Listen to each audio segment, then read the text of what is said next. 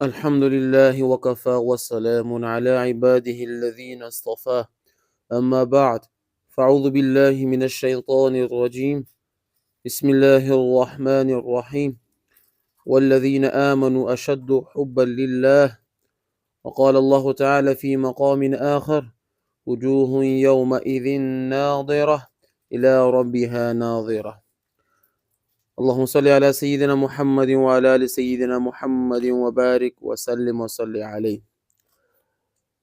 ارشاد باری تعالیٰ ہے والذین آمنوا اشد حبا للہ، سورۃ البقرہ آیت نمبر 165، اور ایمان والوں کو اللہ رب العزت سے شدید محبت ہوتی ہے۔ اور جو حدیث قدسی بیان کی گئی ہے اس میں اللہ رب العزت ارشاد فرماتے ہیں، میں ایک چھپا ہوا خزانہ تھا، میں نے اس بات کو پسند کیا کہ مجھے پہچانا جائے، بس میں نے مخلوق کو پیدا کر دیا۔ وہ مخلوق کے پیدا ہونے کا سبب محبت بنی، چونکہ محبت وہ پہلی چیز ہے جو مخلوق کے پیدا ہونے کا سبب بنی۔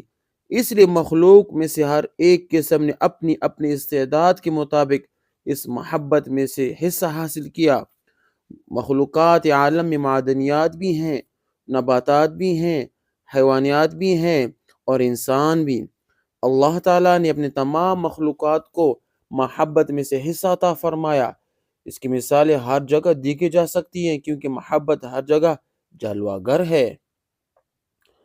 معدنیات میں دیکھیں، لوہا مقناطیس کا عاشق ہے، وہ بے اختیار اس کی طرف کھینچا چلا جاتا ہے۔ مقناطیس جہاں بھی ہوگا اسی طرف فوراً اپنا رخ کرے گا۔ وہ مقناطیس کے عشق میں اتنا سچا ہے کہ اس کی صحبت میں رہ کر اس کے رنگ میں رنگ جاتا ہے۔ یعنی جب لوہا مقناطیس کے پاس رہتا ہے تو اس کے اپنے اندر بھی کچھ مقناطیسیت آ جاتی ہے، وہ اس مقناطیسیت والی صفت سے اپنے اندر جذب کر لیتا ہے۔ سورج مکھی ایک پھول ہے، وہ ہر وقت اپنا رخ سورج کی طرف رکھتا ہے، گویا کہ سورج کا عاشق ہے، اس لیے اس کا نام بھی سورج مکھی پڑ گیا۔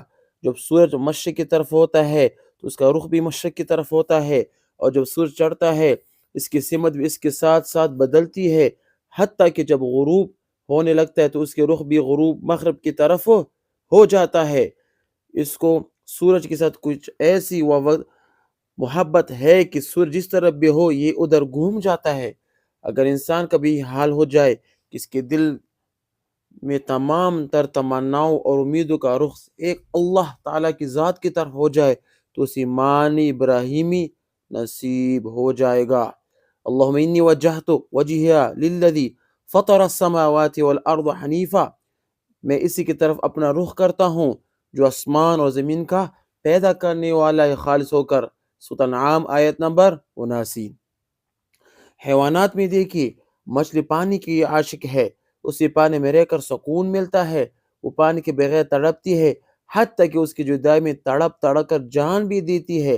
حالانکہ وہ کھاتی پیتی تو کچھ اور چیزیں ہیں، مگر پانی کے ساتھ اس کا عشق اس قدر راسخ ہے کہ جب پانی سے نکالا جائے تو اپنے جان بھی دیتی ہے، حتیٰ کہ اس کا تڑپنا ضرب المثل بن گیا ہے کہ فلان تو ماہی بے آب کی طرح تڑپ رہا ہے۔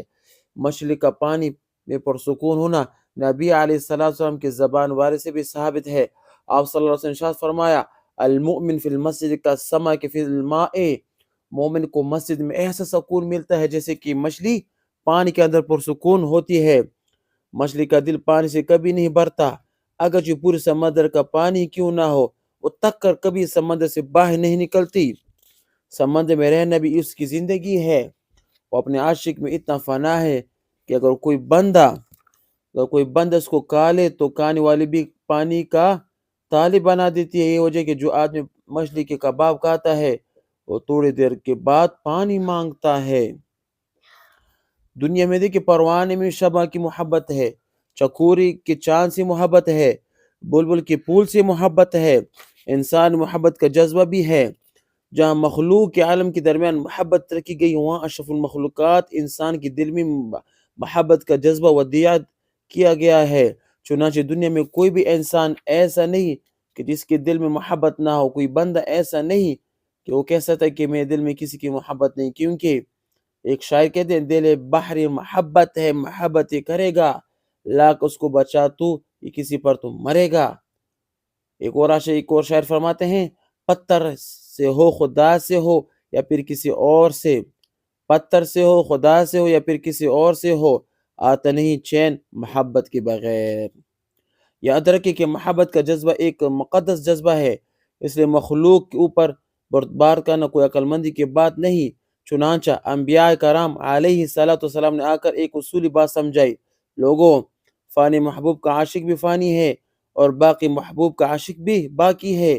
جو انسان مخلوق سے محبت کرے گا وہ ایک نہ ایک دن مخلوق سے جدا کر دیا جائے گا۔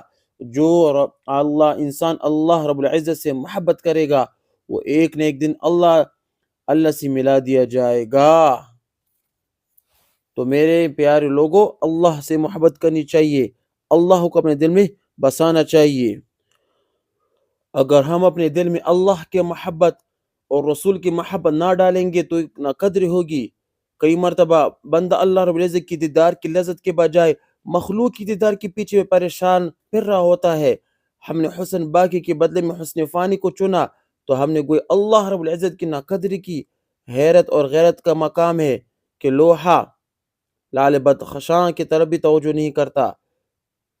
اگر ہم اللہ رب العزت جیسے خوبصورت ہستی کو چھوڑ کر دنیا کی مختلف چہروں کی طرف محبت بنکار ڈال رہے ہیں، میرے دوستو، جنہوں نے پروردگار کی قدردانی کی، پروردگار نے بھی ان کو عزت دی۔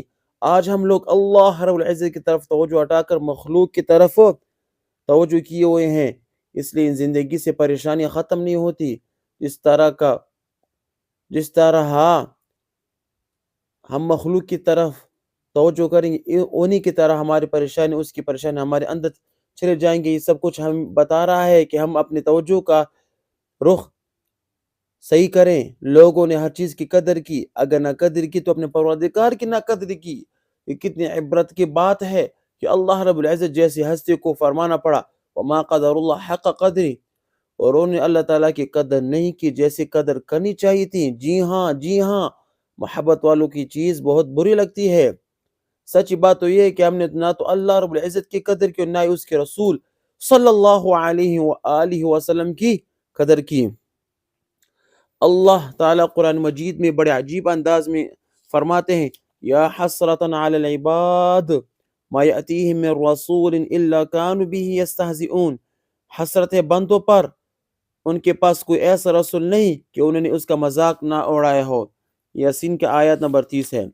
پہلے دور انبیاء کرام کا مذاق اڑایا جاتا تھا اور آج کے زمانے میں ان کے سنتوں کا مذاق اڑایا جاتا ہے۔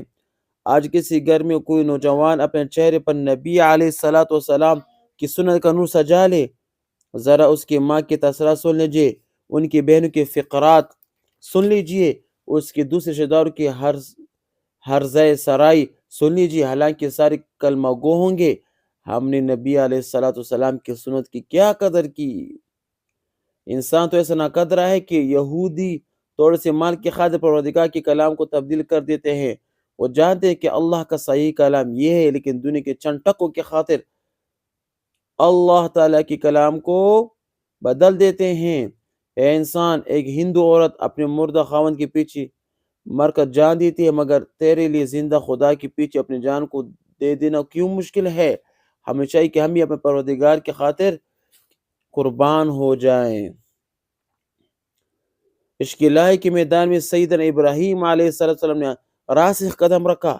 اللہ تعالیٰ جب ان کو آزمایا تو اس کی آزمائش میں کامیاب ہو گئے۔ اس کی حقیقت قرآن مجید میں یوں بیان فرمایا، وَإِذِ ابْتَلَىٰ إِبْرَاهِيمَ رَبُّهُ بِكَلِمَاتٍ فَأَتَمَّهُنَّ۔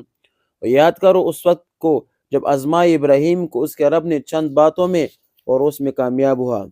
ہمارے حضرت مرشد عالم رحمۃ اللہ فرماتے ہیں کہ فَأَتَمَّهُنَّ کا مطلب یہ ہے کہ اس میں 100% 100% کامیاب ہوئے۔ آپ کی خدمت میں اس چند باتوں کی تفصیل پیش کرتا ہوں کہ کس طرح کامیاب ہوئی۔ ایک تو آزمائش یہ تھی کہ نمرود نے اس کو کیا کر دیا، بڑے سے آگ میں ڈال دیا، اور آگ اس کے لیے کیا بن گیا، قُلْنَا يَا نَارُ كُونِي بَرْدًا وَسَلَامًا بن گیا۔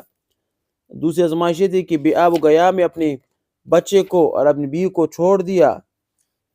تیسری آزمائش یہ تھی کہ اسماعیل علیہ السلام کو قربانی کے لیے پیش کر دیا۔ ان سب آزمائش میں جب پاس ہوا تو اللہ تعالیٰ نے اس کو بڑا مقام دیا۔ یہی بات ہے کہ آج کے دور میں یہودی بھی ابراہیم علیہ السلام کو اپنا پیغمبر مانتے ہیں، مسلمان بھی مانتے ہیں اور عیسائی بھی مانتے ہیں۔ یہ عشق تھا، عشق۔ میرے بندو، میرے پیارے لوگو، عشق اللہ سے عشق کرو، اللہ سے عشق کرو، اس کے رسول سے عشق کرو، قرآن سے عشق کرو، قرآن سے عشق کرو۔ لوگوں کے پیچھے مت پڑو، لوگوں کے پیچھے مت پڑو، ہاں اسباب اختیار کرو، مگر حقیقی عشق اللہ سے کرو، اللہ سے کرو، اللہ سے کرو۔ رات کو اٹھ کر اللہ سے مانگو۔ کہتے ہیں کہ حدیث میں آتا ہے کہ تہجد کے ٹائم اللہ پاک دوسرے آسمان کی طرف آ جاتے ہیں، آسمان کی طرف آ جاتے ہیں اور یہ ندا دیتے ہیں، کون ہے کہ مجھ سے مانگے، کون ہے کہ میں اس کو عطا کروں، کون ہے کہ جو مغفرت بخشش طلب کرے میں اس کو بخش دوں۔ تو عشق عشق میرے بندو، اللہ تعالیٰ سے عشق اختیار کرو۔ آخر دعوانا ان الحمدللہ رب العالمین۔